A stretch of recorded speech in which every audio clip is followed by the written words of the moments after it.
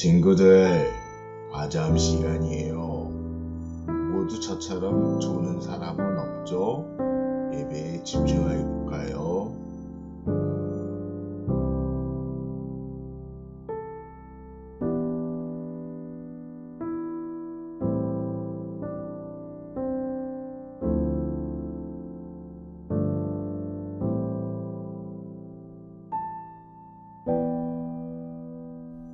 아빠, 기도해 주세요.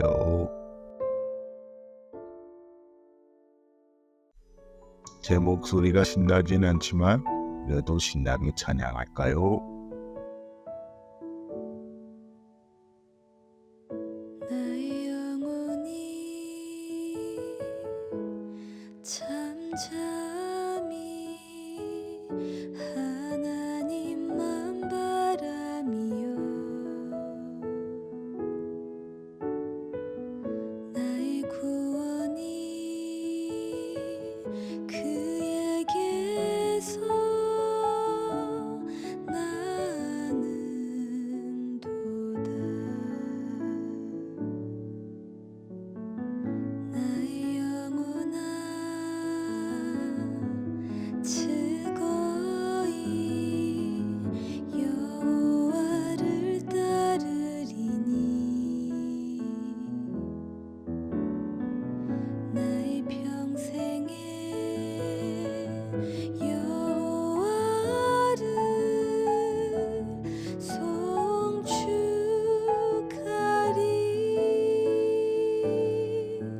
오직 주만이 나의 반석, 나의 구원이시니.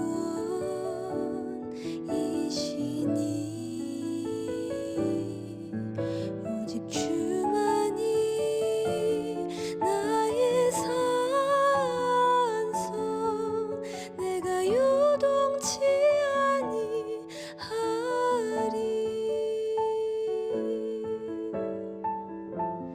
나의 구원, 나의 영광 하나님께 있으니. 내 힘의 반석과 피난처 되시네.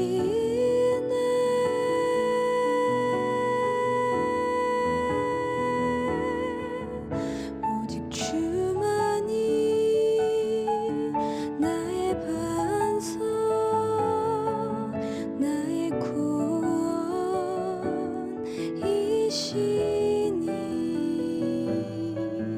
오직 주만이 나의 산성, 내가 요동치 아니하리.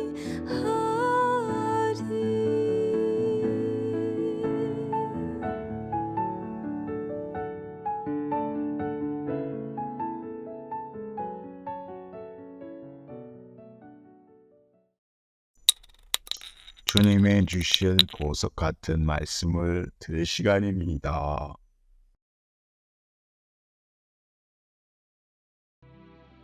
바울과 유대인들은 만날 날짜를 정했습니다. 그날이 되었을 때 더 많은 유대인들이 바울이 지내고 있는 곳으로 모였습니다. 바울은 아침부터 저녁까지 그들에게 하나님의 나라를 설명하고 선포했습니다. 또 모세와 예언자들의 글을 예로 들어서 그들이 예수에 관한 것을 믿게 하려 애썼습니다. 바울의 말을 믿는 사람들도 있었지만 믿지 않는 사람들도 있었습니다. 그들이 이처럼 의견이 갈린 채 헤어질 때에 바울이 한마디 말을 남겼습니다. 성령께서 예언자 이사야를 통해 여러분의 조상에게 말씀하신 것은 진리입니다. 이 백성에게 가서 말하여라. 너희가 듣기는 들어도 깨닫지 못하고 보기는 보아도 알지 못할 것이다. 이 백성의 마음이 무디어졌고 귀로는 듣지 못하며 눈은 감겼다.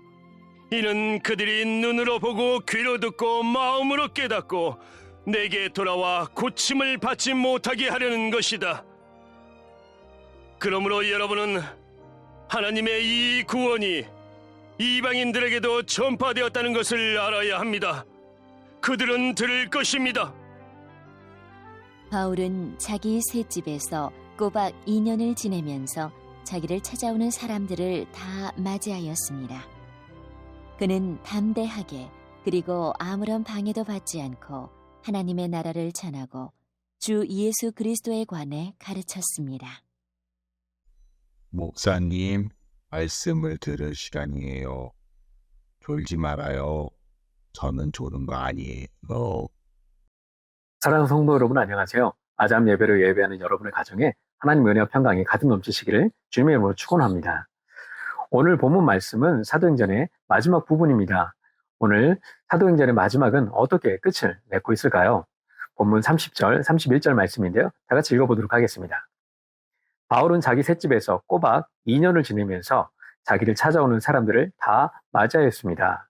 그는 담대하게 그리고 아무런 방해도 받지 않고 하나님의 나라를 전하고 주 예수 그리스도에 관해 가르쳤습니다. 아멘. 바울은 로마에서 갇혀 지내는 2년 동안 어떠한 방해로 여기지 않고 복음을 전하였다라고 기록하고 있습니다. 바울은 복음을 전할 때마다 늘 최악의 상황이었고 나아질 기미가 보이지 않았습니다. 왜냐하면 유대인들이 자신을 끊임없이 방해하고 죽이려고 했기 때문입니다. 반복되는 최악의 상황을 계속해서 겪는다면 원망과 불평이 가득 차서 포기하는 것은 너무도 당연한 일일 것입니다. 그런데 사도 바울은 로마에 오기 전 수많은 최악의 상황에서도 하나님의 뜻을 포기하지 않았습니다. 그리고 사도행전 마지막 장에 와서도 여전히 상황은 최악이었습니다. 하지만 어떠한 방해로 여기지 않고 여전히 복음을 전하였다고 기록을 하고 있습니다. 그렇다면 바울은 어떻게 반복되는 최악의 상황 속에서도 포기하지 않고 하나님의 뜻대로 순종할 수 있었을까요? 여러 이유가 있을 수 있지만 한 가지 분명한 것은 사도 바울이 모든 것이 하나님의 말씀대로 이루어져 가고 있다는 것을 알았다는 것입니다. 바울은 이사야 선지자를 통해서 유대인들이 복음을 받아들이지 않을 것에 대해서 이미 예언되어 있다는 것을 알고 있었습니다. 사도 바울이 로마에 도착해서 가장 먼저 행한 일은 유대의 지도자들을 초청해서 복음을 전하는 일이었습니다. 그런데 그들이 복음을 받아들이지 않자 이사야 말씀을 전했는데요. 25절부터 28절까지 말씀입니다. 제가 25절, 26절, 28절을 읽어보겠습니다. 그들이 이처럼 의견이 갈린 채 헤어질 때 바울이 한마디 말을 남겼습니다. 성령께서 예언자 이사야를 통해 여러분의 조상들에게 말씀하신 것은 진리입니다. 이 백성에게 가서 말하여라. 너희가 듣기는 들어도 깨닫지 못하고 보기는 보아도 알지 못할 것이다. 그러므로 여러분은 하나님의 이 구원이 이방인들에게도 전파되었다는 것을 알아야 합니다. 그들은 들을 것입니다. 아멘. 바울은 이사야를 통해서 유대인들이 복음을 받아들이지 않는다는 것을 이미 알고 있었습니다. 그래서 로마에 있는 유대 지도자들이 복음을 받아들이지 않자 이사야의 말씀을 전했던 것이죠. 그러면서 그들이 복음을 거부하는 것이 이사야 말씀이 이루어진 것임을 깨닫기를 바랬던 것입니다. 바울은 유대인들이 자신을 방해하고 죽이려고 하는 것을 이사야 말씀의 성취로 보았던 것이죠. 그러므로 바울은 유대인들의 방해로 인한 상황을 결코 이상한 것으로 여기지 않았습니다. 그리고 그로 인해서 어떠한 상황이 찾아와도 복음을 전하는 일은 결코 포기하지 않았던 것이죠.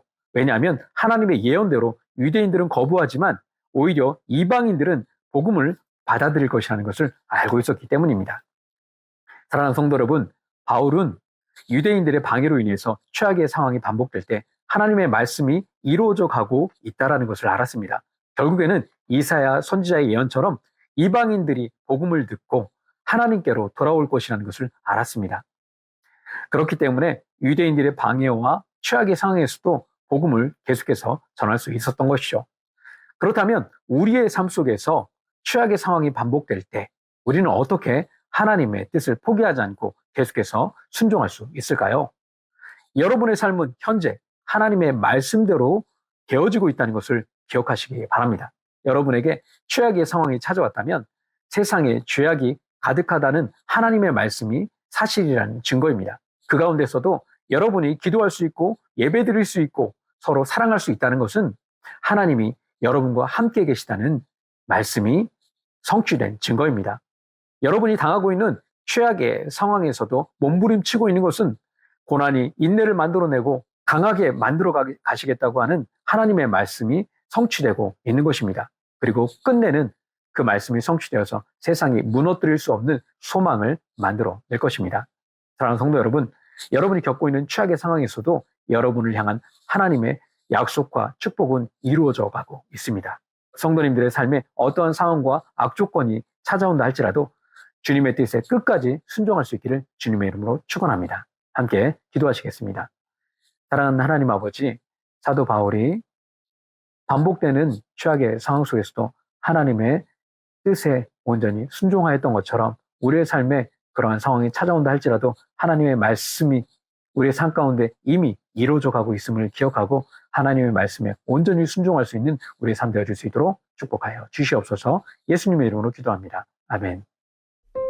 말씀을 기억하면서 다음 내용을 나눠볼까요?